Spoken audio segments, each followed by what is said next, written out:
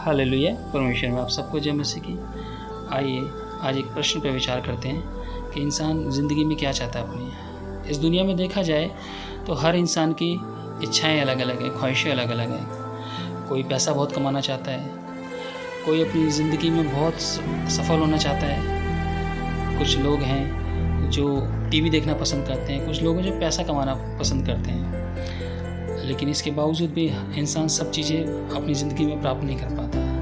कहीं ना कहीं वो फेल हो जाता है, कहीं ना कहीं वो चूक जाता है। लेकिन इन सब चीज़ों के बावजूद हर एक इंसान में एक चीज़ कॉमन होती है कि वो चाहता है कि मैं जो भी काम करूं सफल हूं, उस काम में सफल हूं, जिस काम में हाथ डालूं वो काम सफल हो जाए। लेकिन इसके बावजूद भी नहीं होता। इंसान अपनी पूरी ज़िंदगी गुजार देता है लेकिन वो सभी कामों में सफल नहीं होता, कहीं ना कहीं वो चूक जाता है। जब मैंने इस प्रश्न की खोज की तो मुझे इस प्रश्न का जवाब मिला, क्योंकि हमारी ज़िंदगी में कोई भी प्रश्न हो, कोई भी दुविधा हो, अगर हम उस चीज़ को, उस दुविधा को, उस प्रश्न को बाइबल में खोजें तो हमें उसका जवाब मिलता है। हमारी ज़िंदगी का कोई भी ऐसा पहलू नहीं है, हमारी ज़िंदगी का कोई भी ऐसा प्रश्न नहीं है जो बाइबल में जिसका जवाब ना हो। अगर उस बाइबल का अध्ययन करें, हम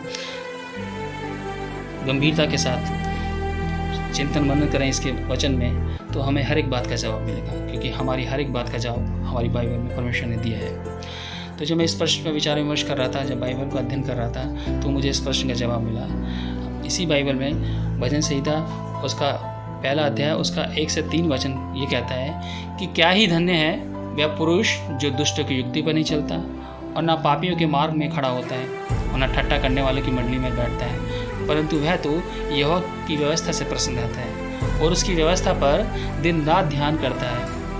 वह उस वृक्ष के समान है जो बहती नालियों के किनारे लगाया गया है और अपनी ऋतु में फलता है, जिसके पत्ते कभी मुरझाते नहीं हैं, इसलिए जो कुछ वह पुरुष करे वह सफल होता है। यहाँ परमेश्वर कह रहा है, देखिए वही प्रश्न आ गया कि यहाँ परमेश्वर कह रहा है कि वो इंसान जो भी कुछ करे वो सफल हो। वो सफल कैसा होगा? इसमें परमेश्वर की कुछ शर्तें हैं। शर्त क्या है कि परमेश्वर ये कहना चाहता है कि मेरी आज्ञाओं का पालन करें। वो कहता है वही मनुष्य धन्य है जो पुरुष दुष्ट की युक्ति पर नहीं चलता, मतलब जो पाप कर रहे हैं, जो चोरी चकारी कर रहे हैं, डकैती डाल रहे हैं, लोगों का मर्डर कर रहे हैं, व्यभिचार कर रहे हैं, और कह रहे हैं ना पापियों के मार्ग में खड़ा होता है, ना ठट्ठा करने वाले की मंडली में बैठता है। ठट्ठा करने वाले गंदे गंदे चुटकुले एक दूसरे से शेयर कर रहे हैं, उन पर हंसी मजाक कर रहे हैं, उन पर ठट्ठा कर रहे हैं, तो ये परमेश्वर को भाता नहीं है। परमेश्वर को क्या भाता है? वो कहता है परंतु वह तो यहोवा की व्यवस्था से प्रसन्न रहता है और उसकी व्यवस्था पर दिन रात ध्यान करता रहता है। मतलब परमेश्वर उससे खुश होता है। यहाँ परमेश्वर इस काम को करने के लिए भी कह रहा है कि वो मेरी व्यवस्था से प्रसन्न रहता है। मैं जो उसको व्यवस्था देता हूँ, यानी परमेश्वर का वचन, परमेश्वर की आज्ञा, उससे उसको करने में वो प्रसन्न रहता है। उस पर दिन रात ध्यान लगाता है। दिन रात ध्यान लगाने का मतलब है उसको अपने माइंड में रखता है, अपने मस्तिष्क में रखता है, अपनी बुद्धि में रखता है, क्योंकि परमेश्वर का डर उसके अंदर बना रहता है। क्योंकि परमेश्वर का डर होगा तो वो परमेश्वर के वचन में चलेगा, परमेश्वर की आज्ञा पालन में चलेगा। परमेश्वर की आज्ञा पालन में चलने के लिए हमें उसके बीज को, उसके वचन को अपने जीवन में लेना होगा और उसको अपने व्यवहार में लाना पड़ेगा। हमें अपना व्यवहार परमेश्वर के वचन के अनुसार करना होगा, तभी हम अपनी ज़िंदगी में सफल होंगे, तभी हम जिस काम को करेंगे वो काम सफल होगा। यहाँ तीसरे वचन में परमेश्वर ने एक दृष्टांत के ज़रिए हम इस बात को समझाने की कोशिश की है। परमेश्वर कह रहा है कि वह उस वृक्ष के समान, यहाँ वह मतलब धर्मी, जो परमेश्वर की आज्ञा का पालन करता है, वह धर्मी उस वृक्ष के समान है जो बहती नालियों के किनारे लगाया गया है और अपनी ऋतु में फलता है और जिसके पत्ते कभी मुरझाते नहीं, इसलिए जो कुछ वह पुरुष करे वह सफल होता है। यहाँ परमेश्वर ये कहना चाहता है कि जैसे खेत देखे होंगे आपने, खेतों के किनारे एक नालियाँ बनी होती हैं, उनमें से पानी बहता हुआ जाता है और खेतों में फसलों को मिलता है वो पानी। तो आपने देखा होगा उन किनारों पे, उस नालियों के किनारे पर जो भी पौधा लगाया गया था, जो भी पेड़ लगाया गया था, वो फलता फूलता जाता है और पेड़ों के मुकाबले, क्योंकि वो पानी के, नाली के किनारे लगाया गया। और पौधे का जीवन क्या है? पानी। तो पानी उसको भरपूरी के साथ मिलता है और वो भरपूरी के साथ अपनी उसकी परवरिश होती है। वो पहले बीज बोया जाता है, फिर बीज से पौधा निकलता है, अंकुरण निकलते हैं, पौधे से पेड़ बनता है और वो हरा रहता है। और अपनी ऋतु में जब उसकी ऋतु आती है तो उसमें फल लगते हैं, उस फल को इंसान खाता है, उसको फल खाने से इंसान को उससे लाभ होता है। और उसके पत्ते कभी मुरझाते नहीं हैं। मुरझाएंगे क्यों? क्योंकि उसको भरपूर के साथ पानी मिला हुआ है। क्यों? क्योंकि वो बहती नालियों के किनारे लगाया गया है। बहती नालियों के किनारे लगा हुआ है, इसलिए पानी उसको भरपूरी के साथ मिल रहा है, उसको किसी चीज़ की कमी नहीं, क्योंकि पौधे का, पेड़ का जीवन एक क्या है? पानी। पानी से ही उसका जीवन चलता है। वचन हमारे जीवन में काम करता है। वचन धीरे धीरे हमारे जीवन में काम करेगा, उसको बिहेव में लाएंगे, अपने व्यवहार में लाएंगे, तो क्या होगा? वो वचन फलेगा फूलेगा हमारे कर्मों के द्वारा। तो जब वो वचन फलेगा, एक पेड़ का रूप ले लेगा, यानी फलंत हो जाएगा जब हमारे जीवन में, उस वचन को अपने जीवन से अपने व्यवहार के द्वारा सिद्ध कर देंगे, तो क्या होगा? हम अपनी ऋतु में फलेंगे। अपनी ऋतु में फलने का मतलब है क्या?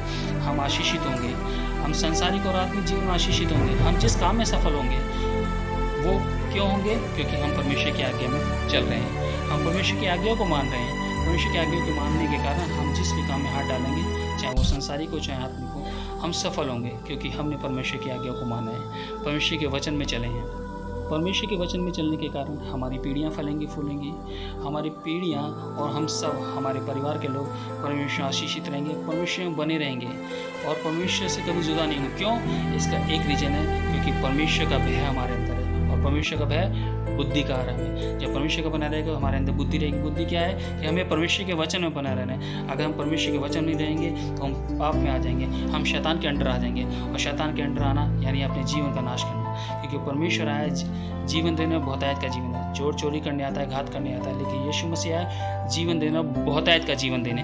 यूहन्ना 10:10 में परमेश्वर ने कहा। तो परमेश्वर आप सबको बहुत बहुत आशीष देना चाहता है, बहुत बहुत परमेश्वर आपको बढ़ाना चाहता है, परमेश्वर आपको बहुतायत का जीवन देना चाहता है, क्योंकि परमेश्वर आपको इसीलिए चुन के लेके आया है कि आप उसमें आशीषित हों। आप हारा हुआ जीवन ना जिए, जीता हुआ जीवन जिए, परमेश्वर विजय रहें। आप कभी मुरझाएंगे नहीं। आपका परिवार, आपकी पीढ़ियाँ, आपका सांसारिक और आत्मिक जीवन कभी नीरस नहीं रहेगा, कभी उदास नहीं रहेगा, कभी आशीषों से महरूम नहीं रहेगा। आप आशीषों से लबरेज रहेंगे और परमेश्वर में बने रहेंगे और अपने लिए बहुतों के लिए आशीष का कारण बनेंगे।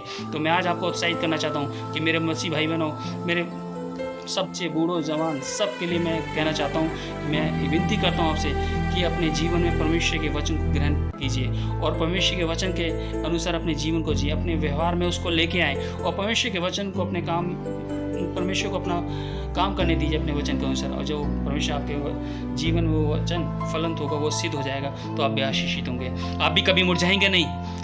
आप जिस काम में हाथ डालेंगे वो सफल होगा, क्योंकि परमेश्वर आपके साथ है, क्योंकि परमेश्वर की आज्ञा को आपने माना है। तो परमेश्वर में बने रहें, परमेश्वर में आशीषित रहें और परमेश्वर में फले फूलें। मैं चाहता हूँ मेरे सब भाई बहन खूब फले फूलें, आशीषित रहें और अपने लिए बहुतों के लिए आशीष का काम करें। परिस्थितियाँ कुछ भी हो, परिस्थितियाँ इसलिए खराब है हमारी क्योंकि परमेश्वर के वचन को हमने इज्जत नहीं दी, परमेश्वर के वचन को हमने नहीं माना, परमेश्वर की आज्ञा पालन नहीं चला। इसलिए भले ही आज हमारी परिस्थितियाँ खराब हो, लेकिन अगर आज भी हम पश्चाताप करके परमेश्वर में आ जाएं, फिर से परमेश्वर से तौबा कर लें उन बातों से जो परमेश्वर को पसंद नहीं है, परमेश्वर के आगे पालन में आ जाए, तो परमेश्वर आज भी आपके लिए खड़ा है, परमेश्वर आज भी आपको प्यार करता है। तो मेरी विनती है, प्रार्थना है अपने मसीह भाई बहनों से, परमेश्वर में बने रहें और खूब फले फूले आशीषित हो। परमेश्वर आप बहुत बहुत आशीष दें। धन्यवाद। परमेश्वर आप सबको जय मसीह की।